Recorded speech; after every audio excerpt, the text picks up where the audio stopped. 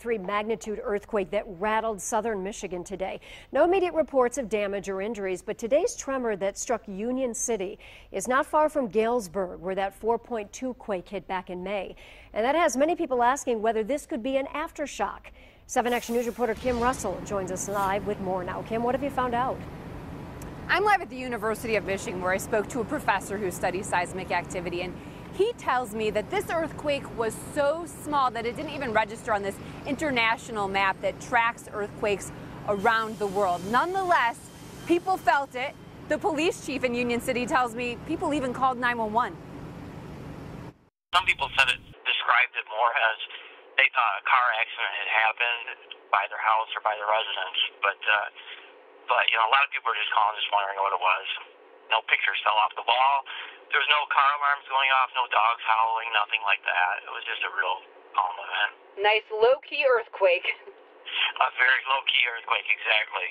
But this is the second one we've had in this area in the last month, so it's something that almost the residents are getting used to, unfortunately. As for whether these two quakes that we've had recently in Michigan are connected, experts here at the University of Michigan say more analysis is going to have to be done. Joanna? Yes, Kim, and with the repeat quakes, you know, many people wonder, is this a sign of something larger to come?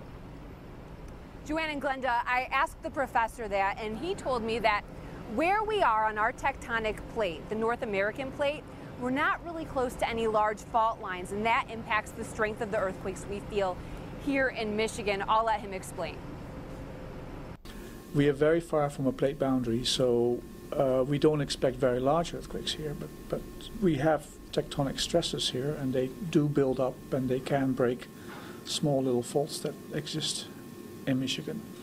But always as magnitude 3s or 4s, and maybe a 5 once in a while, but never much larger than that. This is a map he had in his office, and it shows where most of the seismic activity is in the world. And as you can see, Michigan is definitely not in a hot spot. To paint the picture, these fault lines, the most active ones, some of them are 50 miles to 100 miles long. Here in Michigan, most of our faults within this plate that we're on, they're under a mile, maybe a few miles long. So they just don't have the capacity for power that some of them do. Reporting live in Ann Arbor, Kim Russell, 7 Action News. We won't complain about that, right? With the blizzards we get and flooding occasionally and whatnot, earthquakes is one thing we don't have to worry about too much. Kim, thank you.